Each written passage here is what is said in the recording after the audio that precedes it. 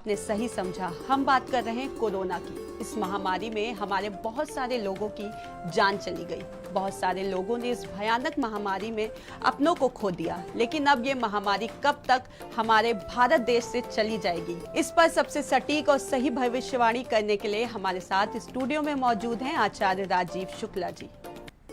भारत समाचार के सभी विज्ञ दर्शकों को आचार्य राजीव शुक्ला का प्रणाम। आर्द्राम पुष्करणीम पुष्टिम पिंगलाम पद्ममालिनीम चंद्राम हिरण्मयीम लक्ष्मीम जातवें तो महावा। लक्ष्मी जी का और इसके साथ ही निरोगी काया का, ये दोनों का बहुत बड़ा संबंध है। निरोगी काया होती है तो उसके बाद ही आप कुछ अच्छा समझ पाते हैं। और निरोगी काया इस समय और आने वाले समय और इससे पहले वाले समय में राष्ट्र ने और अंतर्राष्ट्रीय स्तर पे बहुत ही ज़्यादा कष्ट झेले हैं।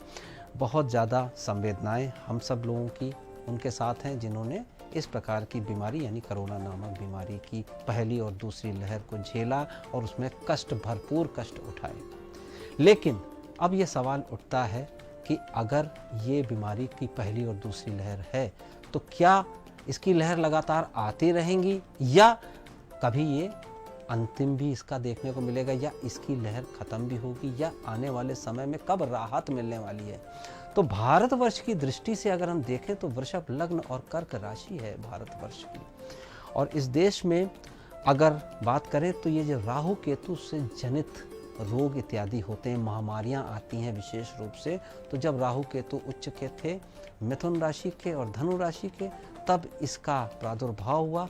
और आने वाले समय में अभी भी वृषभ और वृश्चिक राशि में राहु केतु हैं और इसमें भी ये कहा जाता है कि प्रभाव उच्च का ही मिलता है। यानी अभी ये लहर इत्यादि हमको परेशान करती हुई जो नज़र आ रही थी वो धीरे धीरे क्षीण होगी। ये कह पाना, ये कहना कि ये बीमारी और ये लहर हमेशा के लिए चली जाएगी तो ये ठीक ना होगा।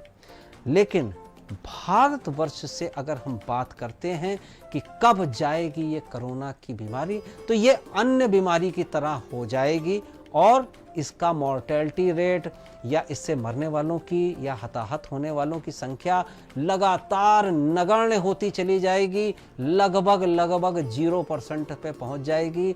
लेकिन टेक्नोलॉजी का डेवलपमेंट भी इतना ज़्यादा होगा उच्च के केतु की वजह से, जिससे कि ज़्यादा घबराने की ज़रूरत, जैसा कि अप्रैल के आसपास था समस्या थी, ये टेक्नोलॉजी का डेवलपमेंट भी जो भारतवर्ष में होने वाला है, क्योंकि शनि भी वक्री हैं। शनि वक्री के अगले आने वाले 4 महीनों के भीतर ये आप बिल्कुल क्लियर समझ लीजिए कि इसका इफेक्ट मिनिमाइज होता हुआ चला जाएगा। हाँ, एक बात और है, गुरु बृहस्पति देव भी वक्री हैं और गुरु बृहस्पति देव के वक्रत्व काल में कभी कभी इस बीमारी के कुछ लक्षण उभरते हैं। तो ये कुछ लक्षण भारत से जाने में थोड़ा सा समय ज़्यादा लेंगे, लेकिन हमको सचेत रहना होगा। अक्टूबर, नवंबर, दिसंबर और जनवरी में ये ज़रूर सचेत रहना होगा। लेकिन कोई बहुत बड़ा विनाश या कोई बहुत बड़ी समस्या कोरोना की बीमारी अब कर पाएगी, ये अब बहुत मुश्किल है।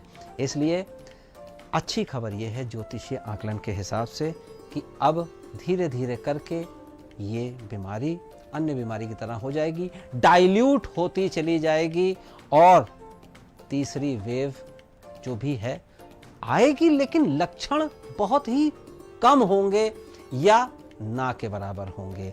लेकिन अच्छी बात यह रहेगी कि जब भी गुरु वक्री होते हैं और शनि वक्री होते हैं तो जनमानस की इम्यूनिटी अच्छी होती है, तो लहर का कोई विशेष प्रकोप नहीं रहने वाला है। हाँ, अगस्त का महीना सावधानी में रहने वाला है और अक्टूबर का महीना सावधानी का है, तो सावधानी तो जरूर आपको मेंटेन करके रखनी चाहिए। लेकिन यह कहना कि कोई ऐसी वेव आएगी जिससे बड़ा विनाश होगा या कुछ बहुत ही ज़्यादा तकलीफ होगी, तो अब भारतवर्ष कम से कम आने वाले 4 से 5 महीनों में इससे उभरता हुआ नजर आ रहा है। जैसा कि मीडिया और सोशल मीडिया पर ये खबरें रोज आती हैं कि तीसरी वेव आने वाली है कोरोना की, जो बहुत ही ज्यादा खतरनाक होगी, पहली और दूसरी वेव से भी ज्यादा खतरनाक। और जैसा कि सभी कह रहे हैं कि तीसरी वेव में बच्चे ज्यादा इफेक्ट होंगे, इस पर आप क्या कहेंगे गुरुजी? हमारे दर्शकों को बताइए। जैसा मैंने पहले बताया कि पहली और दूसरी लहर सबने देखी, दूसरी ज़्यादा खतरनाक थी, लेकिन अब बात हो रही है तीसरी लहर की।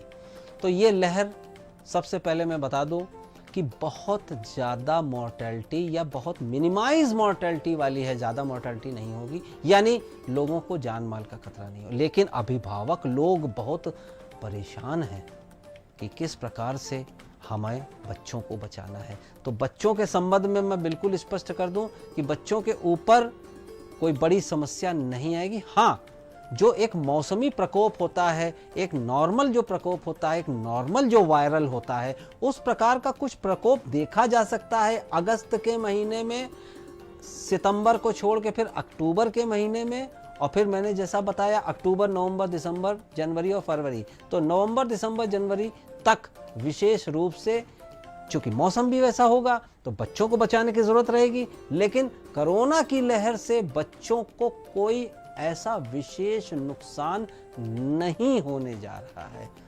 तो कोरोना की तीसरी लहर का अगर जहां तक सवाल है, तो वो निश्चित रूप से भारत से तीसरी लेयर बहुत मिनिमम और कोई हार्म मेरे हिसाब से और विशेष रूप से बच्चों को नहीं होना है। तो अपने बच्चों को या आप स्वयं, क्योंकि अब ये बीमारी तो आ चुकी है और एक बार बीमारी आ जाती है तो नैतिक सिद्धांत के हिसाब से, ज्योतिषीय वसुंधरा योग के हिसाब से वो जाती नहीं है, यानी कि उस प्रकार की बीमारी हमेशा के लिए रह जाती है। लेकिन अच्छी बात यह है कि अब उस बीमारी को, यानी कोरोना नामक बीमारी को बहुत ही एक नॉर्मल बीमारी की तरह होते हुए हम लोग बहुत जल्दी देखेंगे। तो इससे बहुत ज़्यादा घबराने की ज़रूरत नहीं है। हाँ, एक लेयर जो आती है वो मैंने जैसे पहले बताया अगस्त का महीना, और उसके बाद सितंबर छोड़ के अक्टूबर, नवंबर, दिसंबर और जनवरी। इसमें सावधान रहने की केवल ज़रूरत है ज्योतिषीय आधार पे, लेकिन कोई बिल्कुल भी घबराने की ज़रूरत नहीं है। साथ के साथ वैज्ञानिक दृष्टिकोण भी तो बढ़ रहा है। शनि वक्री और गुरु वक्री होके इस देश की अर्थव्यवस्था को भी, इस देश के जनमानस को भी बहुत अच्छे से सेफ और सिक्योर रखने वाले हैं। तो अगर आपको भी कोरोना का डर सता रहा हो तो आप अपने घर के सामने कुछ उपाय करके अपने परिवार को इस भयानक महामारी से और सभी प्रकार के रोगों से दूर रख सकते हैं। इन उपायों को करने से बड़े शत्रु का डर हमेशा के लिए खत्म हो जाता है और आसपास एक रक्षा कवच जैसा बन जाता है, जो हमें रोग, शोक और डर से दूर रखता है। तो क्या है वो खास उपाय, जानते हैं आचार्य जी से। तो इस महामारी और इस प्रकार की समस्याओं से अगर उपाय नहीं है तो महा उपाय है। यानी आप बिल्कुल निश्चिंत हो जाइए कि इस प्रकार की बीमारी इत्यादि से शास्त्र में भी बहुत कुछ कहा गया है। जैसे हर विज्ञान में कुछ ना कुछ होता है, आप कैसे बचा सकते हैं, अपना सावधानी कैसे रख सकते हैं, अपने अपनों का किस प्रकार से ख्याल रख सकते हैं, और केवल ख्याल ही नहीं, कैसे एक सुरक्षा कवच बना सकते हैं। तो जैसे कई चीज़ों को हम लोग देखते हैं, तो कोरोना महामारी से बचने के भी आप क्या कर सकते हैं। सबसे पहले दीपदान। सरसों के तेल के 9 दीपक में आप धागे की बत्ती ज़रूर लगाएं और प्रज्वलित करें। कम से कम सभी दीपक में थोड़ा सा देशी कपूर भी डालें और इस दीपक में एक लौंग भी डालें। अब 4 राई के दाने भी सभी दीपक में आप छोड़ें।